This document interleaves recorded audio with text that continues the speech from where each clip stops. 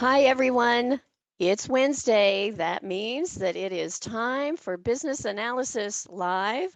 I'm Susan Moore, Community Engagement Manager with the International Institute of Business Analysis. And today I've got a special guest. So Scott is not with us today, but we've got Suzanne Ricci. She is the computer coach, and we're going to talk about networking for introverts. So, Suzanne, whenever you have a second, come on and say hi. Hi, everyone. Thanks for having me, Susan. It's great to be here. Yeah, it's really great to have you. I mentioned we're going to talk about networking for introverts, business analysis professionals. Some of us have a little bit of a reputation for being introverts. That's some of the reason that makes us really great business analysis professionals. So that's going to be our topic today. And just as a reminder, we want your questions. So if you are listening to our broadcast today and you are an introvert or you've got questions about networking, pop that into chat. As always, we've got Rosalind who's helping us manage all those questions. And so we will be taking your questions. All right. So, Suzanne, let me tell you about a question that we got in a webinar last week, which I think makes for maybe a good place to start. So this person was new to the business analysis profession, but they see themselves as an introvert, and their concern was that it was hurting their reputation a little bit because they weren't necessarily engaging in meetings or asking questions, and they wanted to know. First, they wanted to know, has anybody else had that happen to them? But what can they do about that? Sure. Yeah. Well, there's strength in numbers, right? So that's probably why they want to know if anybody else has had that situation. And I think regardless if you're an extrovert or an introvert, you've had that situation, right? And for our introvert friends, I think there's definitely some things that we can talk about. Maybe hopefully one of the suggestions will resonate. So I think when we start the conversation, we need to talk about introverts generally. The word shy gets thrown out a lot, but I don't necessarily know that that is a great word. I think I like to focus more on introverts being individuals who don't necessarily want to readily share their feelings or their thoughts, right? They may not be comfortable.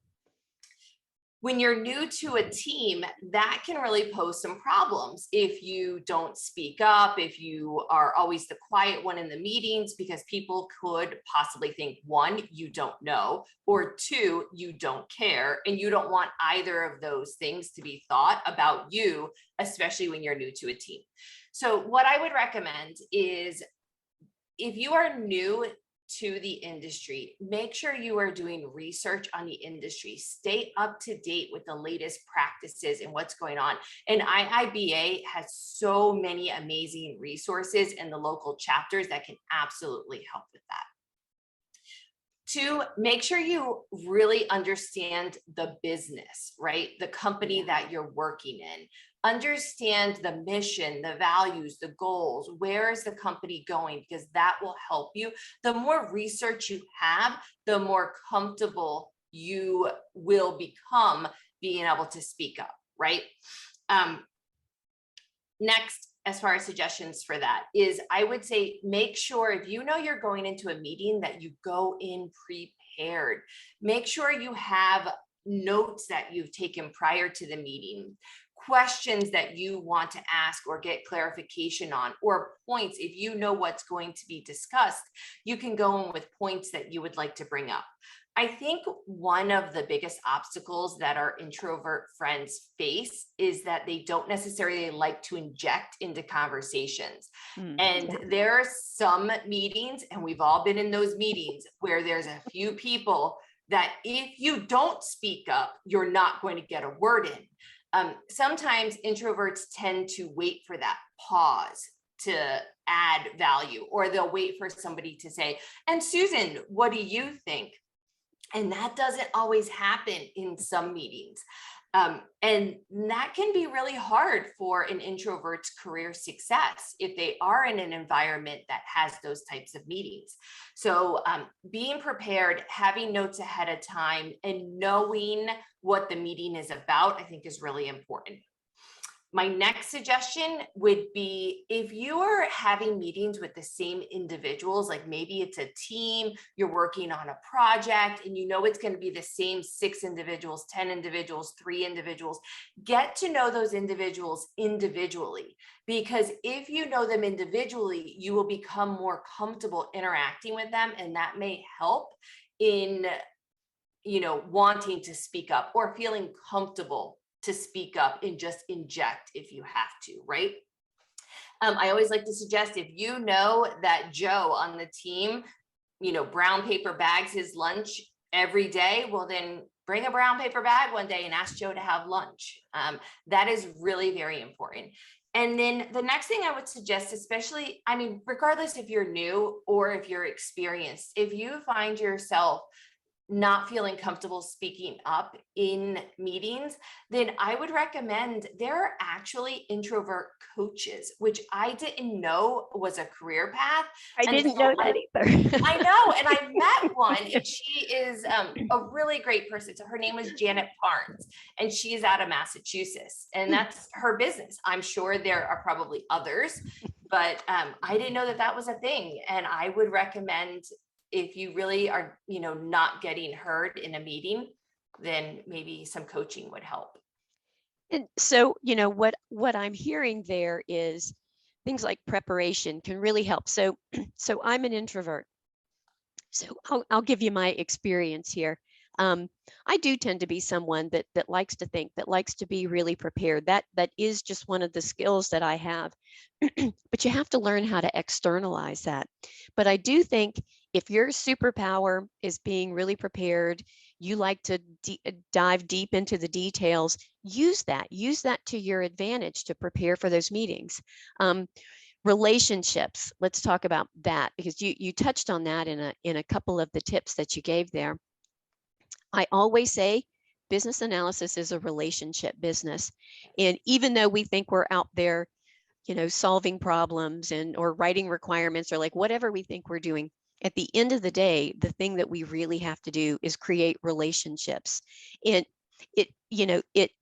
you can solve things better, faster, smarter when you are working people and really understand them. And again, as an introvert, my go-to technique was always interviews, one-on-one interviews, because that's where I could have a conversation. I could do a little socializing. I could learn about the person, and then we could start to talk. And sometimes in that moment of socializing, I would hear things that I might not hear if I just came with a set of questions and said, okay, I need answers to these things. When you are able to do a little bit of socializing and know somebody, they'll open up to you in ways that they might not. The other thing is they can be your ally, so that if you are struggling in those bigger situations, they can help you a little bit. They can speak for you. They can find those entries for you so that you can talk. So I think all of those tips are just great. So, and we are starting to get some questions, by the way. So I knew this topic would get some questions from the audience. And so, we're talking about introverts today, but we're also talking about networking as well. And so the very first question that we got, this person is a new business analyst. They are on site. How can he or she start networking? So I'm brand new, maybe, to the organization. Sure. And what do you suggest? Sure. So we consider that internal networking, right? And I think to frame the situation, or to frame the conversation, I should say, my experience is I have worked in the training space for the last 22 years, specifically helping IT and tech adjacent individuals find their career success, looking for the skills they need to be successful, right? So I have worked with a lot of introverts over the years. This is not my first conversation with introverts. But I think that when you are starting off in a company, I think when you're looking to network, a lot of times individuals may think, oh, I should start at the top when I'm going to network. And I think you start networking with the individuals that are just around you. and then use those individuals. So maybe it's the person who sits next to you, you start networking with them. And then before you know it, they've been in the company for 5 years and they know 4 other people, and, they're going to have lunch. And because you have a rapport with them, you can say or ask, do you mind if I join you? I would love to get to know other people within the organization. I think when we're honest with those around us, I truly believe people want to help others. Now, Yeah. I also know that there are some people out there that are not so nice, but I do not believe that those are the majority. So I think start networking with those that are around you. And because they have been in the company longer, they probably know other people. They probably have friends within the company. If we are on site in an organization, we spend a lot of time with those individuals, right? That's right. Mm-hmm. Yeah. So start small and then start branching your way out. If all of a sudden you're on a project and there's somebody in the finance department, well, to my tip that we started talking about, reach out to that individual that's on the same project with you and ask them to have lunch. Well, they're also going to know other people within the finance department, right? So once you start meeting them, they're going to be able to introduce you to others. So start small, start around you, and then let the connections that those individuals have help you to make other connections. Yeah. I think about the question that I use anytime I am working on a project and I'm trying to figure out my network of stakeholders. After I've maybe done a one-on-one interview with a particular person, the last question that I always ask is, who else do I need to talk to? And so that's sort of what you're saying. Even if you're just trying to build relationships inside the company, that question of, so who else should I be talking to? Who else should I know? That you might recommend, I think is a great way to extend those networks. All right, so we've got another question. Someone mentioned the term ambivert. So I'm an extrovert in a social setting, but an introvert at work. So have you seen that? I feel like maybe that's what I am. It's funny. I am actually not familiar with that word, but so thank you for defining it. I appreciate that. I've always said that I'm this weird introvert, extrovert myself. Like in a social setting, I'm incredibly extroverted. Even at work, I'm very extroverted. But when I'm off and when I'm at home and I'm with my family, I don't want to have a lot of people around me at all times and things like that. So I can totally appreciate that question. Here's the thing. We have to network at work at some point to find our defined career success. It's gonna have to happen. That's right. And the good news in this particular situation is that you have the ability to become extroverted, right? If you're able to have conversations in a social setting, well, then you should be able to have conversations in a business setting as well. And my suggestion for that is, and this is a big assumption, is that if you're not extroverted at the office, it may be because you're not comfortable. Okay. Where in a social setting, you could be comfortable, and that's why you're able to socialize, more naturally. So one, making sure that you truly are prepared. You're doing research on your industry, your career path. You really, you have a solid understanding of what it is that you're supposed to know. And then start small and start slow. Ask one person to have lunch with you this week. You do not have to have lunches scheduled 5 days. That's right. Just one. The other 4 days, you can be by yourself doing whatever it is that you like to do during your lunch. But start very small and really make sure you understand what your purpose in your role in the company is. And I think that will help you to become more comfortable. You're reminding me that a long time ago, I was actually an extrovert at work and an introvert socially. And I was I was working for a CIO at the time. And so he was asking me, like, what kinds of stuff do you do outside of work? And I thought, I really don't do too much. And He said, because you're really funny, and like you really like to talk, you should do something with that. And because of that challenge from a very astute CIO that I really respected, I went out and thought, okay, where can I create almost like a work-like setting, but in a more social setting? And I I found my university's alumni chapter locally. Yes. And I thought, okay, so I'm going to have something in common with these folks. We all went to the same school. They need some help.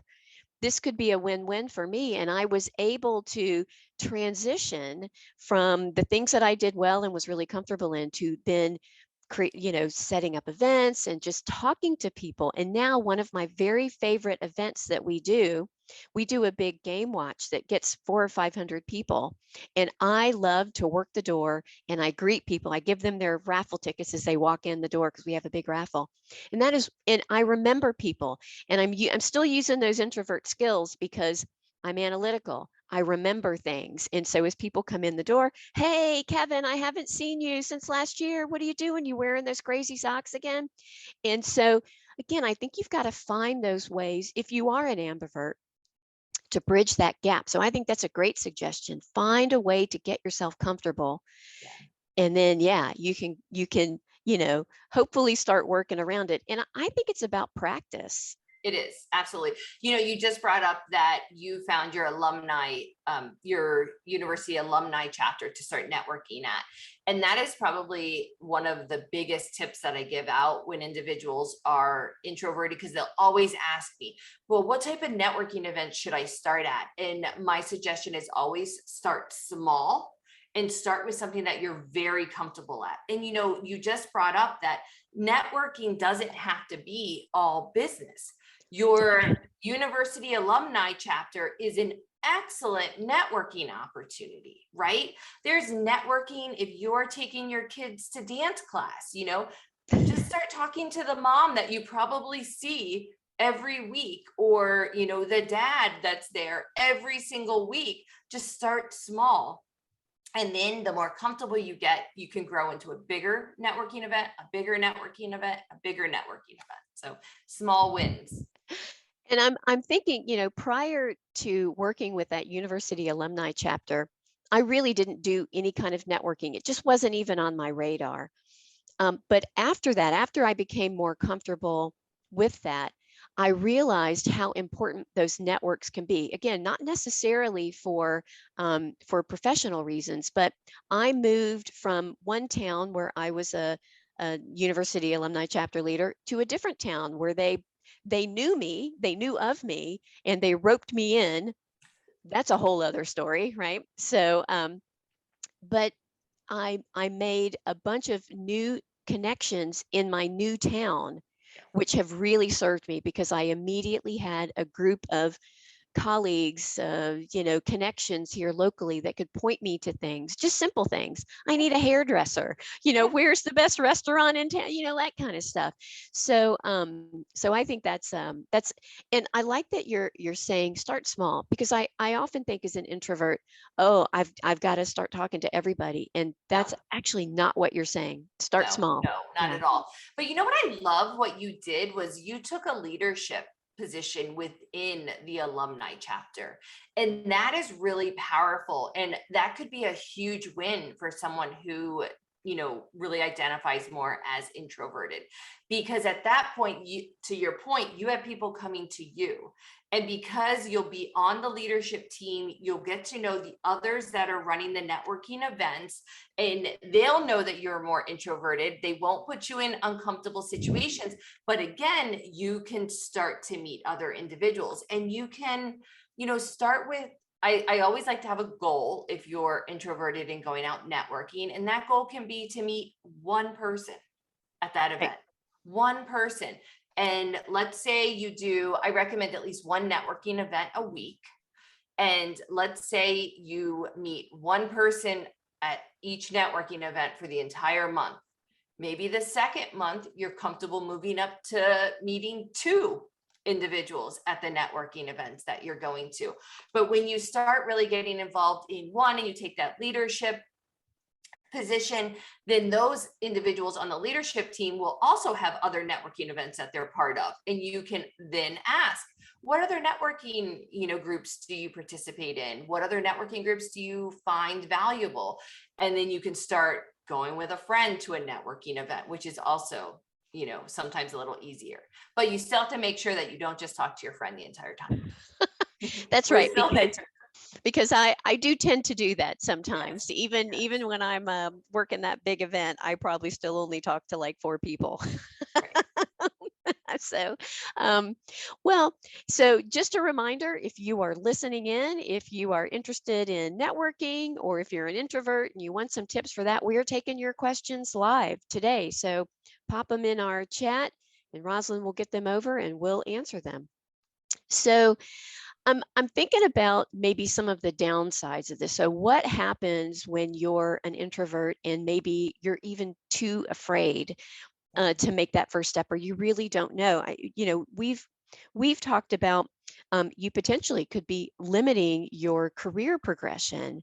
Talk more about that, because I think, introverts are smart people, yeah. but we don't always know how we're seen. Yes. Yeah. And that's where I really feel like getting a coach that can help you through it. If you really find yourself that, so there's a few things, let's take a step back. There's a few things to networking successfully, right? One, committing to, I am going to be successful at this. If we start putting in our heads, I'm not any good at this, this is going to be a disaster, that's what's going to happen. Okay. So one, starting off, I am going to be successful at networking. Maybe the next statement is, I need to learn how to network successfully. And that's okay, because it is a skill that you can learn. Okay. Mm-hmm. There are many, many, many self-proclaimed introverts who are now very successful at networking. Okay. So, and I can introduce you to some. If you, anybody out there, I can introduce you to some. Don't hesitate to connect with me on LinkedIn. Okay. So one, putting in our heads, we are going to be successful. If you are going out and you are networking, I think you need to be well-versed in what's going on in your industry, in your company, if it's a company related event, but also I feel like pop culture, right? Because if you know, for example, that Tampa Bay is in the Stanley Cup, that's an easy conversation if you know about it. Okay. Especially if you're in Tampa Bay right now. And that is where Computer Coach is headquartered out of Tampa Bay. So if you are in Tampa Bay, talking about the Lightning, an easy conversation. That's right. It's an easy start. You don't have to be all knowing, right? You just have to be able to hang in the conversation. So I always recommend staying up to date on what's going on locally, what's going on nationally, and what's going on in pop culture, but stay away from, and I think everybody hears this, stay away from anything controversial. That's right. And if somebody tries to bait you into something controversial, like, oh, what do you think about this? I mean, I tell my customers, you simply say, I don't have an opinion on that. And that's it, take the conversation somewhere else. But if you have some research that you've done about things you can talk about, it's a little bit more comfortable. Okay. I also think getting comfortable talking about yourself, coming up with that. So what do you do?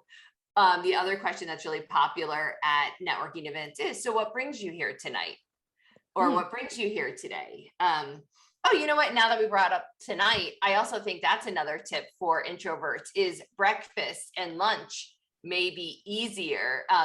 There's a great book called Willpower. And in the book, they outline that your willpower is higher in the morning than it is in the evening, right? So it would be very easy to talk yourself out of that networking event that you committed to if it's a happy hour at the end of the night. But if you get up in the event at 7:30 in the morning, your willpower is stronger. So you have a higher probability of interesting. Working around your energy. That is interesting. All right. Well, I would say that's another tip. Start with breakfast meetings, because it's also individuals that they're also there at breakfast for a reason. Maybe they're also introverted. Maybe they're also, it's the introvert club meeting for breakfast. All right. So we got a couple more questions here. Often I almost force myself into an extra to be an extroverted person during work meetings, but I just don't seem to have the energy for those water cooler chats. I got to work at that. I feel it exhausts me more to do that more than social networking. So any tips? Any tips for like the small chat, the small talk in the office? Yeah, a lot of that is, the good news about that is other people like to hear themselves talk. And so as an introvert, you almost have an advantage. I can't believe I just said that live, but you really do. Hey, that's Because, why it's live. yeah, well, because people really do like to hear themselves talk, right? And I think that's in the Dale Carnegie, the How to Win Friends and Influence People book, is that others like to talk about themselves. And so as an introvert, what you can work on is making sure that you're staying engaged in the conversation, but allowing the other individual to talk. So my first question would be, try to figure out what kind of conversation is going on at the water cooler. If it is gossip, no, I am not even going to that water cooler. True. I am bringing a jug of water to my desk, so I don't even have to try to engage in that, because that is a very fast way to commit career suicide.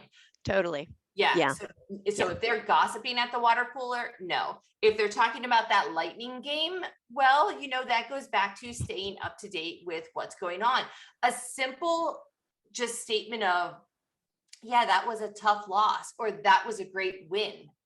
I didn't say anything about the game other than the win or the loss, but just by having that small little statement puts you in the water cooler talk and allows them to go on. I mean, the chances that they're going to be like, well, what did you think of Stamkos's, or I don't even have his name right. What do you think about, the goal? That's probably not going to happen, because they're just going to keep talking. But staying up to date with what's going on, and then knowing what type of conversation happens where, I think will help you tremendously. And just having small little tidbits that you can just inject, so you're in the conversation, but you are not the main focus of the conversation. So hopefully that will help you. Yeah, that's a great tip. And I think a good tip on understanding what kind of conversation, because if it is gossip or if it is anything that seems like it's negative, you probably don't want to insert yourself into that, because that, to your point, can also just really ruin a professional reputation if you're seen as being party to that. And So especially if you're the introvert, because the extroverts are the ones that are out talking. So it may seem like that's your opinion and they can cover it because they're out talking about so many other things. So yeah, stay away from that if you can. Yeah. Next question. Any tips on networking while face-to-face meetings are still at a minimum? Ooh, so I think this one is virtual networking. Virtual networking. You know what? So I have some tips for virtual networking.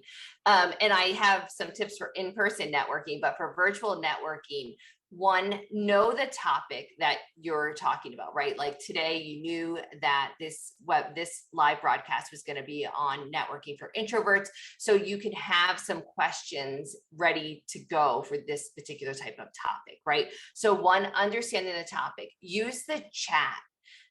Use the chat to ask questions, use your reactions. If you're using Zoom or one of the other platforms, you can put up a clapping hand or a smiley face. That just lets people know that you're there. I know cameras on is a tough one right now. I love that. Thank you. I know cameras on is a hard one right now, but if you are in a gallery, so if there's conversation going on amongst others, I think the camera needs to be on. And if you are asking a question or if you are speaking, I think your camera needs to be on. So use the chat, use the reactions. And then if you're speaking, if it's in a gallery or if you're asking a question, then make sure your camera is on, because it's going to allow people to connect with you more as an individual. I think in some ways, being virtual is an equalizer for introverts. And if you know how to use the technology, you really can be an equal part of the conversation. Even if you've got big voices on there who you can hear, you can still do things like chat, like use those emotions, definitely using the camera, and also being really aware of your own body language. Particularly if you So if I were in a meeting, there would be ways that people could see how I was engaging with the speaker, even if I wasn't speaking, how I might be looking in their direction or shaking my head as they were saying something. That tells them that I'm part of the conversation, even if I'm not speaking. And you have to do some of those same behaviors when you're virtual. So I think having the camera on makes a lot of sense for introverts in particular, because you might be saying some things with your body language. And if you've got a really good facilitator at the helm, they can say, oh, I see Susan is shaking her head. That's Susan, did you want to add something to that? Now we haven't gotten into facilitation, but I bet you've got tips on that. But that also can be a way that facilitators can make sure that those introverts get a seat at the virtual table. What I think that's important too is that the individuals running the meetings, going back to the very first question that we started off talking about, the individuals that are running the meetings also need to make sure that they understand who's in the meeting, and being able to include everybody in the meeting is so important. I want to make sure that we do talk about, though, because we did mention bringing notes to the meeting, taking notes during the meeting, showing that you're interested in the meeting. I like to make sure that people understand that taking notes on your phone is not necessarily good in a meeting, especially if you're an introvert. For me, because you don't really know, like, are they texting? Are they taking notes? What are they doing? And That's if right. you're more reserved, it can easily be a sign that you're not interested. And we've all seen that person in meetings who starts texting, like, Right. They the look like sales this. team or whatever. Yeah. Or they're sitting back and they're like this, Oh no, that's even Yeah. worse. Yeah. So for my customers in particular, introverts or extroverts, I tell everyone you should stay away from taking notes on your cell phone in meetings, because Yeah. it can send the wrong message very, very fast. I like old-fashioned notebooks or laptops. And because we can only see most people from the shoulders up, Yeah. because I am a note taker, I usually tell people in advance, hey, I'm going to be taking some notes today. So so that's why I'm looking down. So by the way, I have been taking notes on my little post-it, but Me too. but and so I think you have to be more transparent in some of those behaviors. Again, just like so I'm thinking there's probably something here. There's got to be a blog post here, Suzanne, how you can unintentionally become an introvert because you're not aware of your virtual body language. I don't know. I'm going to think more about this. Yeah. Anyway, so listen, I think we have come to the end of our questions for today. But before we go, I do want to let people know, Suzanne, you're coming back. We're doing a panel discussion on resume writing for business analysis professionals. So we're going to get all the tips, tricks, and templates. And you're going to be on that panel with a couple of other folks from Apex Systems. That's coming up Wednesday, July 13th. It's a member exclusive. So if you're an IIBA member, you will have access to that. So make sure you go out to our webinars page on our website and sign up. I think it is going to be fantastic. And it is going to be timely because, Suzanne, this job market for business analysis professionals is hot, right? Is that what you're seeing? Hot. Yes, absolutely. Yeah. So please do that. And the other thing we're going to have some great updates for you guys that are joining us on LinkedIn Live over the next couple of weeks. The first one that I want to tell you about is you can now submit questions to us before our LinkedIn Live events. We're live at iiba.org. You can ask your questions there. We'll feature them in an upcoming LinkedIn, or who knows, that'll be the whole topic of our LinkedIn Lives. We're always looking for good questions. Suzanne, thank you so much for your time today. Of course. Thank you for having me. This was so much fun. I didn't know what to expect, but this has been a great conversation. And it was an honor. And I guess go Tampa Bay. So always go Tampa Bay. Always go Tampa Bay. Awesome. All right. Thank you so much, guys. We'll see you in about 2 weeks. So July 6th, same time, 10:30 a.m. And we're going to do a wrap up of how things how things went at our Building Business Analysis Capability Conference that's happening next week down in Florida, not Tampa Bay, Suzanne, but it's down in Florida in That's Hollywood. okay. So, all right. Thanks, everybody. If you enjoyed this video, please give it a thumbs up, and we'll leave another one right here for you to help you in your business analysis career. If you haven't subscribed to the IIBA YouTube channel yet, you can click over here and click on the bell icon to get notified every time we publish a brand new video.